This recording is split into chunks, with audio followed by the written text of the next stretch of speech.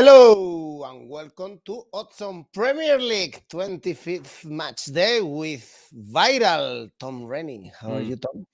I'm doing very well. Yes, I did send one tweet this week. Probably a tweet that I've put the least amount of effort in compared to any tweet I ever have. And 100,000 people liked it. But I write a great joke and nobody likes it. Social media, mugs game. If you haven't read it yet, go to Tom's Twitter account and you will find so many You're not likes. missing out. Don't worry. About, of course, Suma's cat. What can it be? Then, guys, don't forget to comment with us the Premier League and like our videos, of course, and subscribe to our channel. Perhaps also we become viral as Tom one day. And now let's go on with the show.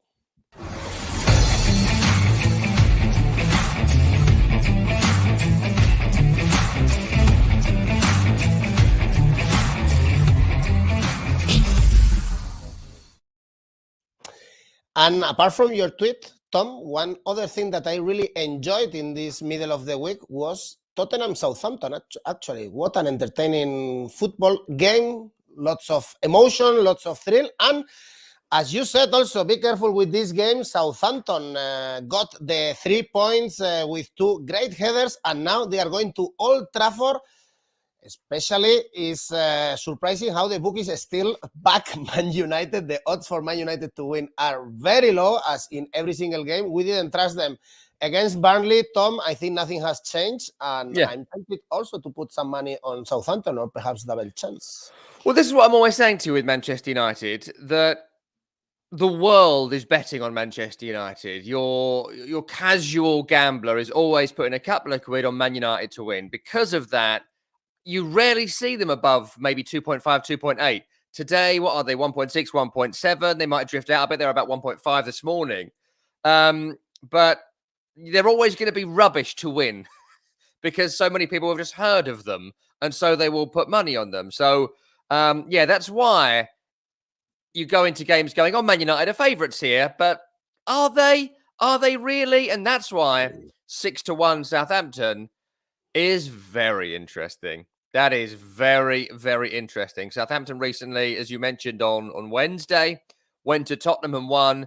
Deserved to win as well. In the first half, they had around 17 shots on goal, which is crazy. And they actually scored more in the second half than they did in the first. So they're a very good offensive side. And at the back, Perot at left back playing fantastically well. Walker-Peters right back playing fantastically well. And in Bednarek and Salisu, as we discussed a couple of days ago, they have one of the best central defensive pairings in the league at this moment in time. So there's so much good stuff when it comes to Southampton. Plus, the crossing ability of James Ward-Prowse is nothing short of despicable.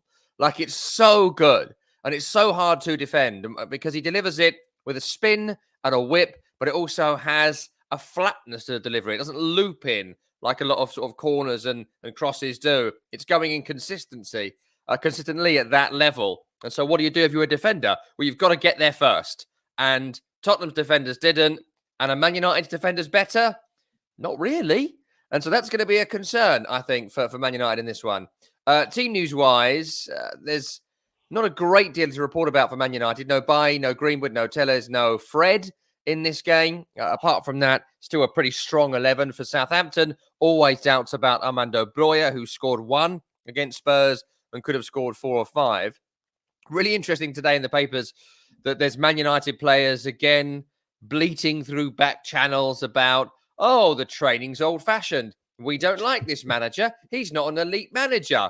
I mean, have you watched yourselves this season? Did you watch the Liverpool game? Did you see the Man City game? You're not elite. It's not an elite squad. It's a good squad. It's a squad that probably will finish 4th, but it's certainly a squad that we all overrated massively, as the bookies do and as the punters do, as you can see by our odds this morning. There's 2 bets I like here. Number 1 is Southampton win. I love Southampton win at 6-1. That is worth your time. There's always a few bets in a season that's just worth some of your time. It's worth a couple of bets on this game. The draw at around 5-1, 4.5 is also very, very nice. There's no point putting money on Man United to win because the odds are poor and it's not a guarantee. At 1.6, I'd expect that to be a guaranteed victory. That's Man City odds. That's not Man United odds. So double chance this. Southampton and the draw, but also go straight up 6-1. Southampton win. That's worth a fiver of my money. And that's what I'll be doing this weekend. Me too, actually. Double chance for Southampton is 2.5. Many people here are flagging also both teams to score. This is 1.83. Not bad at all. Do not trust Man United. Harry likes the draw as well. And Marco is inviting us to Tanzania, actually. I will be very, very happy to visit your country. Marco, thank you very much. Very entertaining game, I'm sure. This one, do not bet on Man United with these odds. Then we have Brentford, Crystal Palace. Here we have high odds for both outcomes for if you back Brentford or if you back Palace. Brentford can get in trouble now, 6 points away from bottom 3. 7 defeats in the last 8 Premier League games. And Palace, they couldn't beat Norwich in Carrow Road. No victories away since they beat Man City. Tough one, I guess, this one to call. To be fair, though, I was so close to being right on that Norwich Palace game. But I didn't know that Wilfred Zaha took penalties like Diana Ross. Like, how would I know that that's what he was going to do?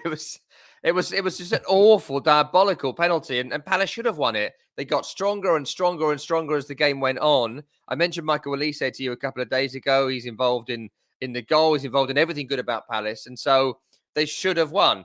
But still, don't worry. I will be going Norwich to lose later. In this one, I was pretty gutted on Wednesday because I was doing the commentary of Man City Brentford, which was the dullest, most formulaic game of the entire season. At the same time, it was Aston Villa 3, Leeds 3, Tottenham 2, Southampton 3, and Norwich Palace was actually pretty good from an entertainment perspective. But Brentford at this moment in time, you know, the good news is the defence is back.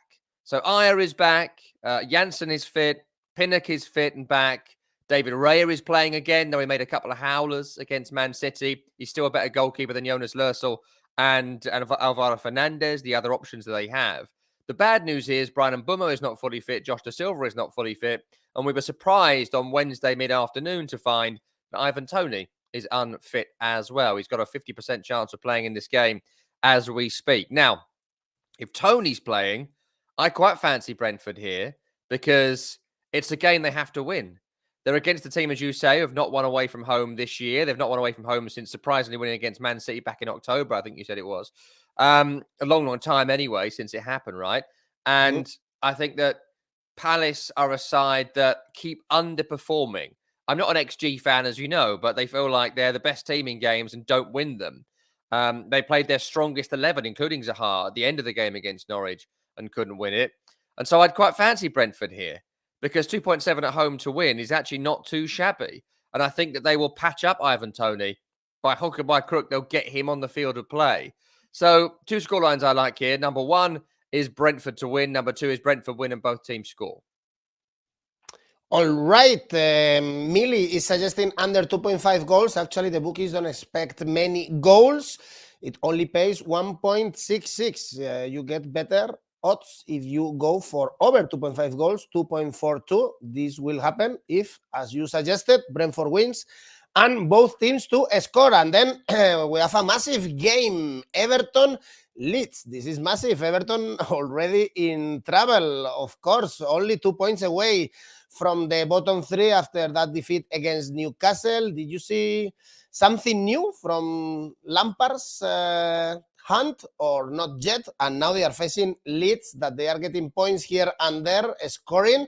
So this is a dangerous game for the Toffees.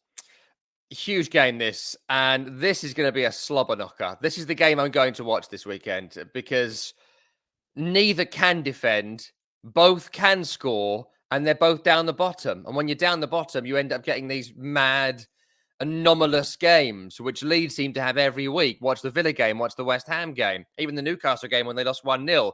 No one saw that coming, least of all me. For Everton, I think Frank Lampard needs to settle on a formation. He needs to decide if he wants to play 3-4-3, if he wants to play 4-4-2, if he wants to play 4-2-2-2, if he wants to play, you know, whatever. I don't know what a Frank Lampard formation is or what a Frank Lampard team does. I don't think at this point Frank Lampard does either. What he will know is that in signing Donny and Dele, he bought a couple of duds in the January transfer window. I wonder if he was there earlier, whether he would have sanctioned the signing of these two players. 1, Dele, finished. 2, Donny, not going to happen for him. So it leaves you with the Everton we had before, which, as everyone will know, wasn't clicking, wasn't very good, confidence on the floor, and injury-wise, Tom Davies, Fabian Delph, Ben Godfrey, Doucouré, Mina, 𝐿𝐿𝐿 and Gray are all out for this one. And Yerry Mina's a big blow there, but you can't build defence around Yerry Mina because he's always injured. And so they knew that going into January and didn't fix it. As for Leeds, again, you can't complain about injuries when you're facing Leeds. It's just not, I went to the West Ham game recently and West Ham lost. And the reason they lost was because 𝐿𝐿𝐴𝐧𝐬. Yeah, 𝐿𝐿𝐴𝐧𝐬 didn't play. And so their defence was poor. And someone was like, oh, so would you say injuries was the reason you lost? And I thought, you can't. You just can't say that against Leeds when you consider, again, Liam Cooper, Calvin Phillips, Junior Firpo, Matthias Klich, Patrick Bamford all missing for this one, as several other players have been missing all season long, but they don't care. They shake it off. How good was Dan James against Aston Villa? Superb performance from Dan James. And they're just so cavalier. Some would call them naive, and I can see why that argument has a bit of credence to it, because there's games where they're winning and other managers, your David Moyes types, would go, right, we're 2-1 up here, 5 to go. Let's put 6 at the back and stop them scoring.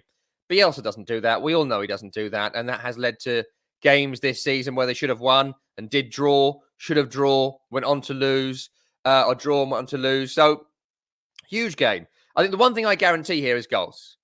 I'd be looking at this game as the over 3.5 market for goals in the game. Looking at 2-2, 3-3, 4-2, 5-3. Go high, go over, look for goals in this game. Absolutely, both teams score. I'd probably avoid a result and just look at the goals market. But if I was pushed for a result, I would just shade for Leeds. Why? Because I think they are the side that have shown they can win in recent weeks and recent times. And Frank Lampard, I'm not sure he's the kind of coach that's going to be able to hit the ground running. And that Newcastle loss, I think, was savage for Everton. And I'm not sure they'll recover. Both teams score, high scoring. In real trouble, the Toffees in the reverse fixture, we saw already 4 goals, was a 2-2 result. Andrios, our friend from Ukraine, Tom, is asking you about 𝐿𝐿𝐴𝐬, if you have any thoughts about him. I saw him in the Norwich game, the game where Rafa Benitez got sacked afterwards, and he was atrocious, utterly atrocious. Like, defensively, out of position at all moments. He was at fault for so many key chances Norwich had in that game. He can definitely cross a ball. I can tell you that. His crossing is very, very good. I think him and Dominic Calvert-Lewin may well link up at times this season. But what they need right now is a good left back. And he is nowhere near the caliber of Lucas Digne, who he's replacing. You mentioned the goals market, over 3 goals, 2.11, over 3.5 goals, 2.7. These are not bad odds at all. If you go for both teams to score, 1.6, which is good. If you put it, for instance, in an ACCA, should be kind of a safe bet. This Everton Leeds entertaining, I guess, in the next one. I can imagine that we shouldn't expect as many goals as in the Everton game. Watford, another defeat. They cannot score lately. Actually, only 2 goals scored in the last 6 games. And this is a massive game against Brighton that we always like to bet on draws for Brighton. Yeah. Now the odds are lower, actually, and they are coming to this game rested. Yes, I mean, starting with Watford, I went to their game on Tuesday against West Ham, where I was impressed by how good they look defensively. Roy Hodgson's in charge now, right? And so it was a classic 4-4-2. It was 2 banks of 4. And if you're going to play a quite basic attack against them, if you're not going to try to drop in the pockets between the lines, like Lanzini and Bowen did for the only goal of that game, then you're not going to score many against Watford now. He's already come in, he and Ray Lewington, who wears shorts all year round. And they have already made this Watford team more solid. They've communicated simple ideas. Some would say to simple players, not me, but some would. And they've got them doing their jobs diligently. They've got a bunch of central midfielders across a 4-man midfield. That makes them more solid. Trouble is, with all of that, they didn't really look like scoring at any point against the West Ham team, who were well below par in that game at London Stadium on Tuesday. Injury-wise, 𝐿𝐴𝐵 might be back, I'm hearing, as a possibility. Of course, he won the AFCON with Senegal. Him coming back will be massive because he's probably their best player. Certainly Watford fans think he's their best player. I'm not sure how good he is, but I certainly think he's a cut above anyone else that's there. For Brighton, their last game was the 23rd of January, excuse me. That's a long time ago now. So I think what happens is, with a lot of these teams, is that they need 3 games to get into their best shape. I expect Brighton to be sluggish. I expect Brighton to not be particularly sharp in the offensive areas. I expect the passing to be slow because it's what happens. Doesn't matter how many friendlies you play, which they have been playing, you don't get that Premier League match sharpness. That's a long, long time to wait. The other side of that coin is that players are back from injury. So it's only Sarmiento, McAllister, Trossard, and Mwepu that are doubts for this one. Trossard is likely to be back, and that's a massive boon for them. They've sold Dan Burn, but Webster's fit, and Dunkey's fit, and Duffy's fit. And so Brighton should have their solid back line out. I don't think Watford have enough to win a game in the Premier League, and I think they'll be pretty drab. I don't think Brighton win many games in the Premier League. And in fact, they've drawn 4 of their last 5 games 1-1. So the draw is what I will be tipping here. Of course, it's the draw. 3.4 seems quite low for the draw, actually. But go the draw. And in fact, look out for your 0-0 draw. I never would say, I try and avoid correct scores whenever possible. But there's basically 2 scorelines here. It'll finish 0-0 or it'll finish 1-1. So under game, it looks like we won't see many goals in Vicarage Road, and we have odds around 2.2 for under 2 goals, for instance. So if we see 2 goals, you get your money back. We always bet on draws when Brighton is on the pitch, and we get a lot of good results, actually, and very good money. And we always bet against Norwich, but lately they are letting us down. What to say? Another draw for them against Crystal Palace. No defeats in the last 4 games, but they are back into the bottom 3. And of course, they are facing Man City. Probably they will rest many players because they have the Champions League game against Sporting Lisbon. But easy victory, I guess. Yeah, I mean, there's no real need for a great analysis here. Norwich have done better, and I may well in the future, the near future, start picking them to at least draw some games. We shall see, but certainly not this week. Man City will rotate, but even if they didn't have the Champions League coming up, they rotate.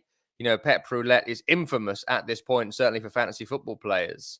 I didn't go very good against Brentford. The game was just drab. It was incredibly drab. So there is a risk involved here because we're all thinking 5-0, right? You're thinking it, I'm thinking it, most of our viewers are thinking it, but the City aren't doing that at the moment. They could have thrashed Brentford, but they're playing very much within themselves. Get the points, move on. Get the points, move on. It's like they have nothing to prove to this league at this point in time. And 9 points clear, 12 points as they were when they won against Brentford in midweek, suggests that's an absolutely right way to go about things. Look, go Man City win, obviously, but 1.2 is not worth your time or mine. Bet on the 5. Go over 4.5 goals. That's the only way to make some money here. And Norwich's defence is very poor. Grant Hanley, Omobamidele, Ben Gibson, even Tim Krul, the first-choice goalkeeper, is out. Norwich will not score in this game, and City will score as many as they feel like scoring. Over 3.5, over 4.5, without conceding, City win. Man City to win 2-0. Actually, Kelvin is saying that. Also, home of TikTok, this pays 1.83. Man City to win 2-0, and Andrios is going for Norwich to win. Well, if this happens, you get a lot of money. 21 odds. If you feel brave enough, Andrios, go for it. And if you are right, you will have some money, of course, at the end of Saturday. And then on Sunday in Turf Moor, we have Burnley, Liverpool also. Burnley, you mentioned that they had to go full to the game against Man United because they could win. They got a point, now 3 draws in a row, but at one point they need to win games, but they have a tough fixture schedule. I mean, in the next weeks, Brighton, Tottenham, Crystal Palace, and this one against Liverpool. And they look good against Leicester City. So many chances. Only 𝐜𝐭𝐿𝐴𝐵 could score, as you mentioned as well. But we pretty much like Liverpool against Leicester. Yes, on Burnley, they just aren't having those magic moments that you need to stay in the Premier League, which they've occasionally delivered. They probably should have beaten Man United in midweek. That was one of those special nights where a little break, that 𝐬𝐿𝐴𝐽𝐻 volley could have gone in, and you need things like that to turn your way. Burnley need that sort of thing to start turning their way very, very quickly. Like 𝐬𝐻𝐻 up front, I think he's a good player. Upside Jay Rodriguez, that's a good pairing. And I think apart from that, Burnley do their Burnley thing, and they press on solidly, gallantly, and hope they're still in the game in the 90th minute before pressing on to try and win a corner, try and get something from it. Trouble is that Liverpool are significantly better than Manchester United. And as you say, they were so impressive against Leicester. The scoreline belied their dominance in that game. Thiago, I thought, was fantastic. And a few times this season where Thiago has really impressed. I don't think we had many of those last season, but this year I think he's definitely grown into his role within that squad. Salah back, Mane back, Firmino playing well, Harvey Elliott back and playing well, Luis Diaz looks like he's always been a Premier League player. So many positives about Liverpool at this moment in time, and you could keep Mane out for this one if you wanted to, give him further rest to recover from his Senegal AFCON winning hangover. Well deserved, I would suggest. Yep. Liverpool are strong defensively and offensively. I don't think Burnley will score against Liverpool. Liverpool win 2-0. And look out for the corner market here. Here's a game you're going to see some serious corners. Liverpool win without conceding, and the game will have over 12 corners in it. At least 6 for Liverpool and at least 6 for Burnley.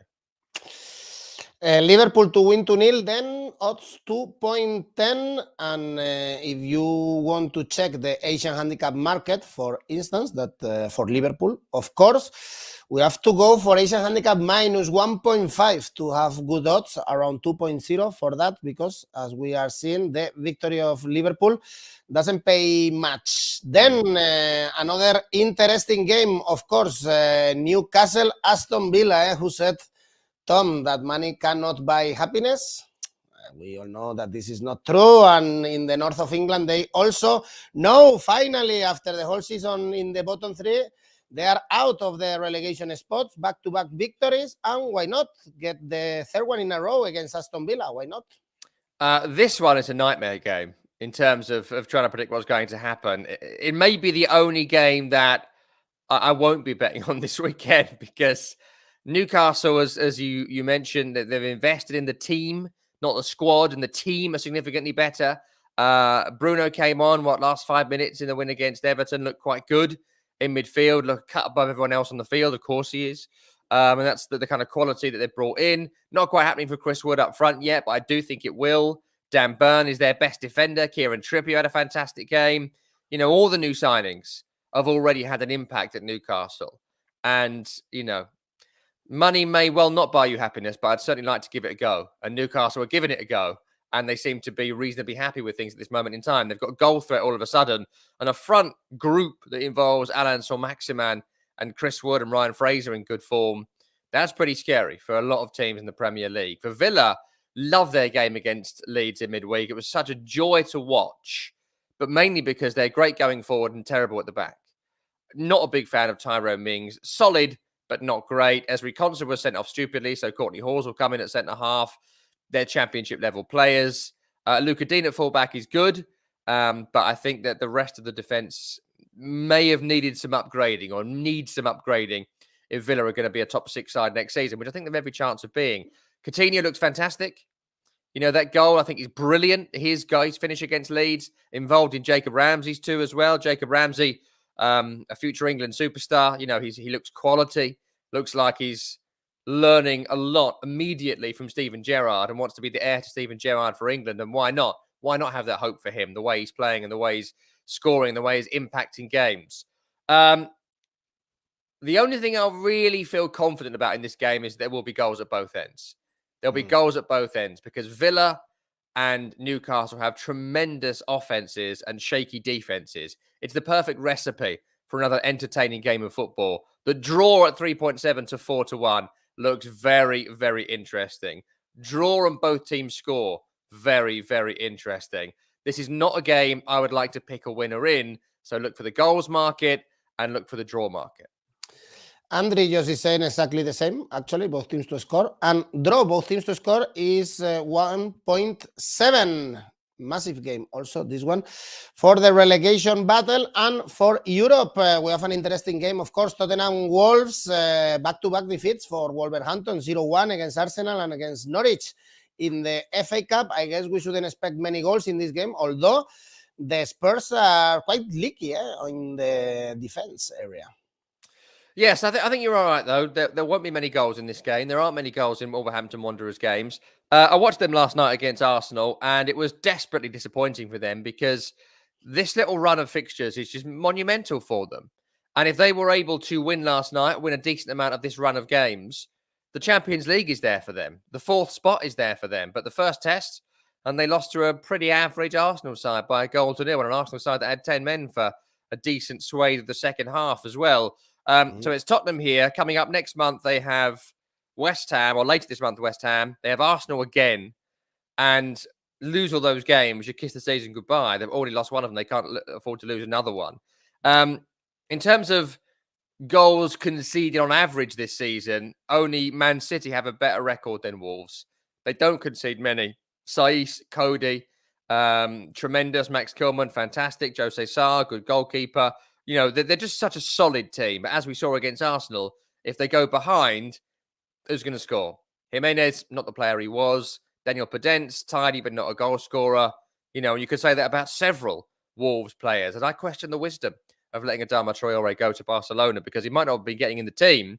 But on Thursday night, Traoré, last 10 minutes against the 10-man Arsenal would have been spectacular.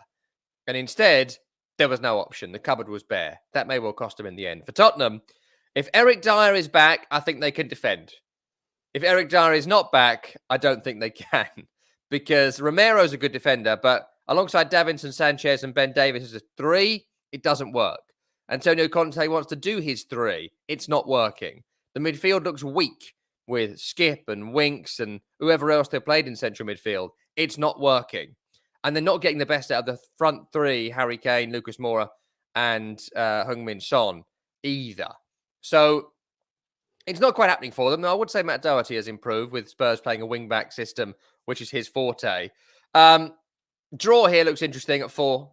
I think that's really, really interesting. That's gone up by about 0.4, 0.5 just this morning. So that may well continue to grow as we get towards Sunday. I think these are very evenly matched teams with clear deficiencies. I don't think Tottenham are going to have enough to score multiple goals against Wolves. So definitely go the under market here. This game will have under 1.5 goals in it. And it'll be 0-0 or Tottenham will win it 1-0. Too low, the odds to back Tottenham. Andrius is going also for the goalless draw. If we go for under 2 goals, we have odds 2.37. It's very entertaining, the race to get into the top 4. And Harry is asking you, who do you think is going to get that 4th spot? Harry's going for Arsenal there. Oh, Tough one, no? It's so tough because you can realistically see all of them doing it.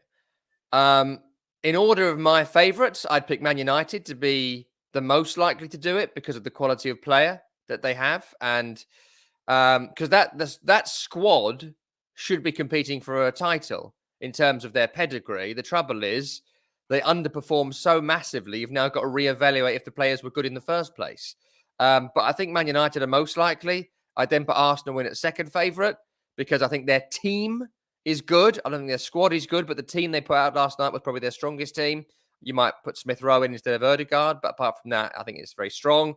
Third favourite's West Ham. I think they, again, like Arsenal, very strong team, not a great squad. The trouble is they've got Europa League coming up, and I think that's where the season is for West Ham. They want to win the Europa League more than anything.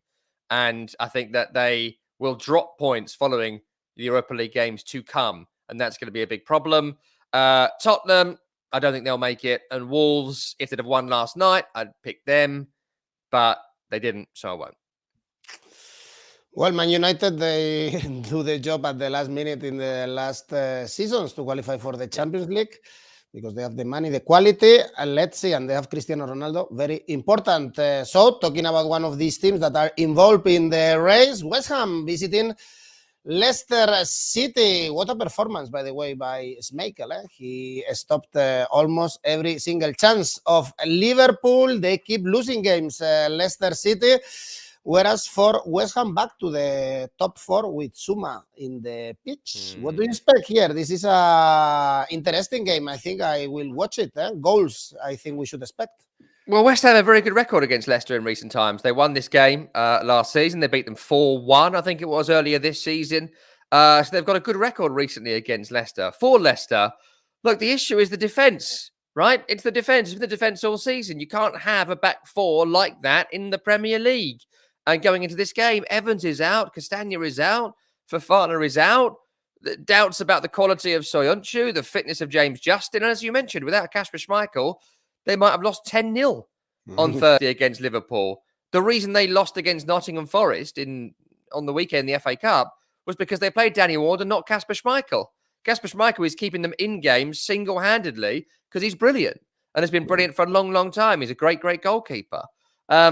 Leicester look like a team that need the wind put back in their sails, and they need clean sheets to do that. Stop conceding crap goals, and they will start winning games again. The trouble is, that's not going to stop this season.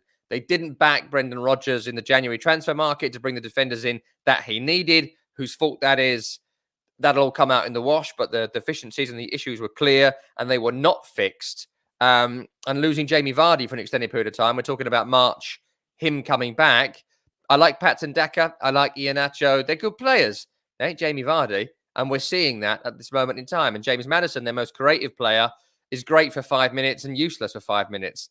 There's no consistency in his performances at all. For West Ham, didn't play well against Watford on Tuesday. It was a poor performance, actually, from the Hammers. But they got the job done. That's the kind of game that Man United or Arsenal, when they have finished 4th over the years, that's what they put in occasionally. Against a poor team, didn't play well, but we got the 3 points. Let's never speak of this again. But it's been a bit of a common occurrence for West Ham over the second half of this season. I think they are a lot better than what we have seen. But the good news for them is that apart from Ogbonna, who was out all season, and we knew that from the back end of last year, this is the strongest 11. They haven't got a great bench, but this is their best team. That was their best team that started against Watford in midweek. You could argue Lanzini comes in for Fornals or one of the others, but apart from that, this is their strongest team. And that's something Leicester do not have. I think West Ham will go to Leicester and win. I think West Ham are going to be sharper. I think West Ham are going to be fresher, having had 2 extra days rest on Leicester, who had to play Liverpool on Thursday. West Ham played on Tuesday. Mikel Antonio has been in poor form. He loves to play against 𝐸𝐿𝐴nacho. He bullies 𝐸𝐿𝐴nacho whenever they play. And I expect West Ham, with Jarrod Bowen in great form, with Declan Rice and Soucek in midfield, with 𝐿𝐴𝐧𝐧𝐶𝐞𝐜, the cat kicker himself, still West Ham's best defender and playing well. In defence, I think West Ham go there and they don't concede and they win. And one of those goals is scored by Jarrod Bowen, who's in tremendous form right now. West Ham win and Bowen score. If you expect an entertaining game at Santa, for instance, and lots of goals, over 3 goals, we have odds of 2.2. Would you expect over, Tom? I don't know about the over 2 because that would require Leicester scoring. Look, the most common scoreline in football is 2-1. That's why your plus 2.5 bet is always so interesting, because it's the most common scoreline in the history of all football. So, yes and no. I won't be backing that because I don't think Leicester will score against West Ham. I think West Ham's defence will be able to hold out against Leicester, and I'd fancy West Ham to score a couple. So, in that scenario, above 2.5 means West Ham 3-0. 3-0 feels too much. Okay, Lanzini to score. Harry's flagging it. 5.5 odds. And home of TikTok is asking you about James Maddison. What do you think about him? Of course, on Lanzini to score, I would say that he don't start. So if he doesn't start, I wouldn't be going for it. In terms of James Maddison, I think he's technically very, very gifted, but I would question his mentality in terms of, look at Kevin De Bruyne, for example. Look at the sheer amount of will he has to win games. There was a moment against Brentford, who they were cruising past on Wednesday, Man City, where he gives the ball away at one end, and then he's the man covering at the other end, winning the ball back. And then he's scoring. And then he's all over the field. I think James Maddison is technically as good as Kevin De Bruyne, but he doesn't work as hard enough. And maybe that's unfair. Maybe he just physically can't cope in the same way that someone like Kevin De Bruyne can. And people will say, that's harsh. One of them is one of the best players in the world, and one of them isn't. Well, he could be. Why isn't he? And that's the question that only James Maddison can answer. Home of TikTok, you have your answer about James Maddison. Then, Tom, let's check your ACCA for this weekend. So 3, as usual for me, 2 obvious ones, but I have tried to make Man City more tasty. Man City win, go for over 2.5 goals. Liverpool win, slight more risky in that fixture, but I think Liverpool win. Throw West Ham in there as well. That's 3 away wins at around 5-1. A little bit low, but I think these 3 are going to come in. Okay, good enough. James McKinney is saying that Maddison is Beckham on methadone. There you go. It's a great joke, and I'm going to steal it and use it liberally. All right. Then it will become viral. Tom, thanks for analyzing with us one week more the Premier League. Thanks, everyone, for watching. And don't forget to leave your comments and like and subscribe and whatever you want. Thanks, Tom. See you next week.